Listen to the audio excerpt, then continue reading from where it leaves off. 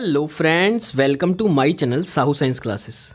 तो फ्रेंड्स, आज की video class 12th UP board वालों के लिए बहुत ही ज़्यादा इंपॉर्टेंट होने वाली है, क्योंकि आज की वीडियो में हम वन वर्ड सब्स्टिट्यूशन देखेंगे टॉप 20। जी हाँ, टॉप 20 वन वर्ड सब्स्टिट्यूशन देखेंगे जो कि आपको एग्जाम में देखने को इसमें से ज़रूर मिलेगा। तो वीडियो को एंड तक देखिएगा और चैनल पर नए हैं तो चैनल को सब्सक्राइब कीजिएगा। बाकी एक बात ध्यान रखिएगा कि डिस्क्रिप्शन में आपके पढ़ने के लिए बहुत कुछ है, तो डिस्क्रिप्शन में जाइए, physics, chemistry, maths, Hindi, English सब कुछ आप प्लेलिस्ट में जाके देख सकते हैं, चेकआउट कर सकते हैं। ठीक है, आइए शुरू करते हैं हमारी आज की video.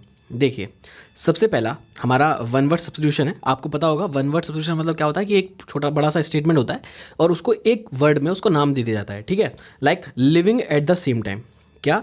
Living at the same time. It's like कि मैं आपसे बात करूं, जो सचिन और सहवाग है ना, क्रिकेटर हैं भाई, आप जानते हैं सचिन तेंदुलकर और वीरेंद्र सहवाग को। तो वो कहते हैं living at the same time, यानी कि वो एक टाइम पे ही क्रिकेट खेले हैं, एक टाइम पे ही वो प्लेयर्स थे। ठीक है, अब इस टाइम पे मैं बात करूँ रोहित शर्मा और विराट कोहली की, तो ये एक टाइम पे हैं। तो इनको क्या बोलेंगे? तो इनको बोलेंगे कंटेम्प्रेरी, यानी ये एक दूसरे के कंटेम्प्रेरी हैं, है ना, ये एक दूसरे के क्या हैं? कंटेम्प्रेरी हैं। क्लियर हो गई मेरी बात? तो इसको बोलेंगे living at the same time को कंटेम्प्रेरी। ठीक है, उसके बाद देखते हैं giving of special favour to one's kid and kin. तो किड एंड किन, इसका मतलब क्या होता है? इसका मतलब होता है मित्रता या फ्रेंडली, है ना, ऐसा कुछ होता है। तो गिविंग ऑफ स्पेशल फेवर, हम किसी को स्पेशल फेवर दे रहे हैं, giving of special favour to one's kid and kin. ठीक है, तो इसका आंसर क्या हो जाएगा? 4 ऑप्शन है आपके पास, एक तो है फेवरेटिज्म, सोलिजिज्म और पेंथेसिज्म और नेपोटिज्म। तो इसका क्या हो जाएगा? नेपोटिज्म हो जाएगा। यानी कि हम किसी को, मतलब आपको समझ गए वगैरह मेरी बात। नेपोटिज्म का मतलब क्या होता है? जैसे मूवीज़ वगैरह में दे दिया जाता है कि हाँ भाई, अगर सेलिब्रिटी का बेटा है तो उसको मूवी बहुत जल्दी मिल जाएगी, वरना और जो अच्छे अच्छे एक्ट्रेस हैं उनको स्ट्रगल करना पड़ता है। तो ये नेपोटिज्म हो गया, है ना, कि giving of special favour to one's kid and kin. Clear होगी मेरी बात?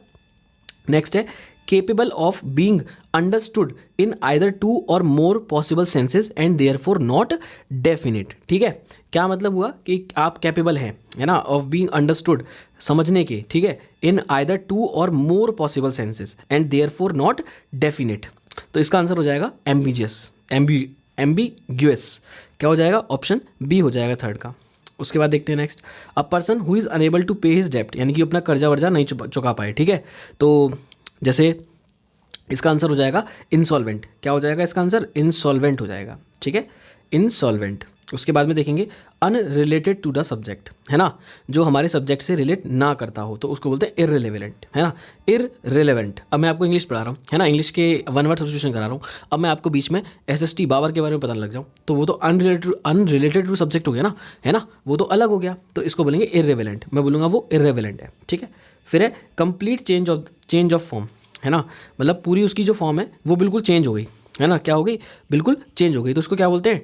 ट्रांसफॉर्मेशन। क्या बोलते हैं? ट्रांसफॉर्मेशन। आपने देखा होगा मोटे मोटे लोग होते हैं और कुछ टाइम बाद वो अपनी बॉडी जिम वगैरह रख के अपनी अच्छी सी बॉडी बना लेते हैं, तो वो क्या कर लेते हैं? अपनी बॉडी में ट्रांसफॉर्मेशन कर लेते हैं, है ना, कंप्लीट उनकी जो फॉर्म थी पहले जैसे चबी थे वो, अब उसके बाद वो फिट हो गए, ट्रांसफॉर्मेशन उन्होंने कर लिया। नेक्स्ट है a short poem or speech addressed to the spectators after the conclusion of a drama, है ना, जो मतलब एक शॉर्ट पोएम है, स्पीच दी जाती है किसको एड्रेस करने के लिए? स्पेक्टेटर्स को, after the conclusion of a drama, जब ड्रामा का कंक्लूजन होता है। ठीक है, तो इसका आंसर क्या हो जाएगा? इसका आंसर हो जाएगा एपिलॉग बोलते हैं उसको। क्या बोलते हैं? एपिलॉग। ठीक है, a person who opposes war और यूज़ अ मिलिट्री फोर्स, है ना, जो क्या करता है? अपोजिस करता है। अपोज मतलब क्या होता है? विरोध करना, वॉर का, जंग का, और यूज़ अ मिलिट्री फोर्स, और मिलिट्री फोर्स को यूज़ करता है। ठीक है, तो उसका आंसर हो जाएगा पैसिफिस्ट। क्या हो जाएगा? पैसिफिस्ट। मतलब जो एक ऐसा पर्सन जो अपोज करता है, मतलब वो नहीं चाहता कि युद्ध हो और वो नहीं चाहता कि मतलब मिलिट्री फोर्स वगैरह का यूज़ करें, हम शांति से कर सकते हैं, तो पैसिफिस्ट होता है उसका। ठीक है, उसके बाद next, a case in which the blade of a sword is kept. ऐसा केस जिसमें जो ब्लेड है उस मतलब the blade of a sword, यानी कि जो तलवार होती है उसको रखा जाता है, तो उसको क्या बोलते हैं? ठीक है, सोचिए क्या बोलते हैं? उसको बोलते हैं ये शीट बोलते हैं। ठीक है, आपने देखा होगा राजा महाराजा, है ना, वो तलवार निकालते हैं तो वो टंगी होती है उनके यहाँ पे कमर के पास, तो वो किस में रखी होती है? शीट में रखी होती है। फिर है a person coming to a foreign land to settle there, माने वो फॉरेन से आया है यहाँ पर सेटल होने के लिए, है ना, अब वो कहीं पर भी हो सकता है, किसी के भी देश में हो सकता है, तो वो इमिग्रेंट होता है। क्या बोलते हैं उसको? इमिग्रेंट बोलते हैं।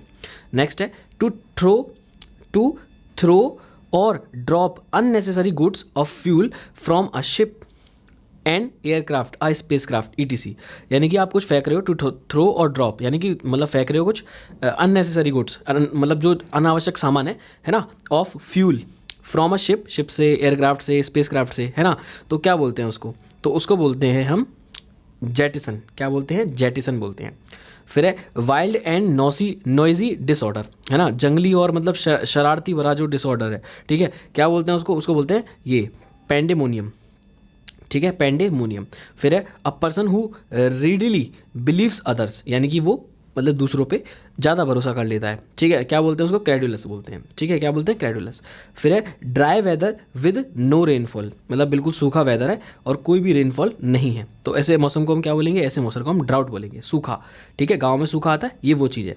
फिर है a heavy unnatural state in which one is unable to think here ETC clearly, यानी कि एक ऐसी कंडीशन, हैवी अननेचुरल स्टेट, यानी कि ऐसी कंडीशन जिसमें इंसान थिंक, सोचना बंद कर देता है, सुनना बंद कर देता है, ETC मतलब उसको साफ साफ सुनाई दिखाई समझ में नहीं आता, तो उसको बोलते हैं स्टूपर, ठीक है, क्या बोलते हैं? स्टूपर।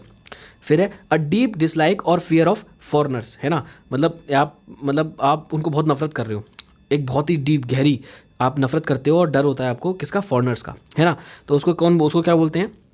उसको बोलते हैं जीनोफोबिया, है ना, आपको पता होगा फोबिया किसके लिए? डर की यूज़ होता है, तो ये डिसलाइक जो फॉरनर से हम डर रहे हैं तो उसको जीनोफोबिया बोलते हैं। फिर है flat metal or porcelain plate fixed on a wall as an ornament or memorial, है ना, तो मेमोरियल के लिए या फिर यादगार के लिए जो एक फ्लैट मेटल लगाया जाता है उसको क्या बोलते हैं? तो उसको बोलते हैं प्ले क्यू। क्या बोलते हैं? Plaque. फिर है a place where water is collected and stored, ऐसा प्लेस जहाँ पे वाटर को कलेक्ट किया जाता है और स्टोर किया जाता है, क्या बोलते हैं उसको? उसको बोलते हैं रिजर्वियर। क्या बोलते हैं? रिजर्वियर। फिर है one who collects and studies coins, है ना, जो कलेक्ट करता है और स्टडी करता है कॉइन्स के बारे में, सिक्कों के बारे में, तो उसको बोलते हैं न्यूमिस्मेटिक्स। कौन होता है वो? न्यूमिस्मेटिक्स होता है। और ये लास्ट है words or lines written on the tomb of a person, है ना, जो वर्ड्स और लाइंस किस पे लिखी जाती हैं? टॉम्ब, यानी कि किसी की डेथ हो जाती है तो उस पर लिखे जाते हैं वहाँ पर टॉम्ब पे, ठीक है, तो उसको क्या बोला जाता है, ठीक है, तो आपको बताना है। तो ये मैं आपके ऑप्शन के लिए छोड़ रहा हूँ कि आप कमेंट में मुझे ऑप्शन बताएंगे कि इसका आंसर कौन सा सही होगा, ठीक है। बाकी वीडियो अच्छी लगी तो वीडियो को लाइक करिएगा और चैनल पे नए तो चैनल को सब्सक्राइब कीजिएगा। बाकी इंग्लिश में अगर कुछ भी पढ़ना है तो इंग्लिश में मैंने बहुत सारी चीज़ें डाल रखी हैं, सेंट्रल आइडिया हो गया और ग्रामर के डायरेक्ट इनडायरेक्ट हो गया, एक्टिव पैसिव हो गया, पार्ट ऑफ स्पीच हो गया, बहुत कुछ डाल रखा है, ठीक है, तो उसको जाके जरूर देखिए, कंपेरिजन डिग्री ये सब डाल रखा है मैंने। और बाकी चैनल पर नए तो चैनल को सब्सक्राइब कीजिए। मिलते हैं बहुत जल्द नेक्स्ट वीडियो में, तब तक के लिए गुड बाय गाइस।